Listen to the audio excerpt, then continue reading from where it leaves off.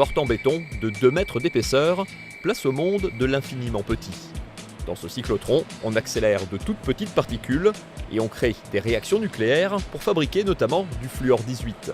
Une fois extraite, cette particule servira à détecter les cellules cancéreuses chez les patients. Quand on veut savoir si quelqu'un a un cancer, plutôt qu'un acte chirurgical, on essaye d'utiliser des techniques d'imagerie qui sont dites non invasives, c'est-à-dire qu'on va injecter un produit radioactif, comme ça se fait tous les jours en médecine nucléaire aux patients. On va faire une image qui va durer quelques minutes et ensuite le médecin, sans acte chirurgical, pourra détecter s'il y a ou pas, et surtout à quel endroit, s'il y a un foyer tumoral. Pour aller plus vite et plus loin, l'heure est à l'ouverture. Cet équipement du CNRS va ainsi héberger une entreprise d'imagerie qui pourra travailler au quotidien avec les scientifiques. La collaboration est aussi étroite avec les hôpitaux universitaires de Strasbourg concernant la détection de certains cancers.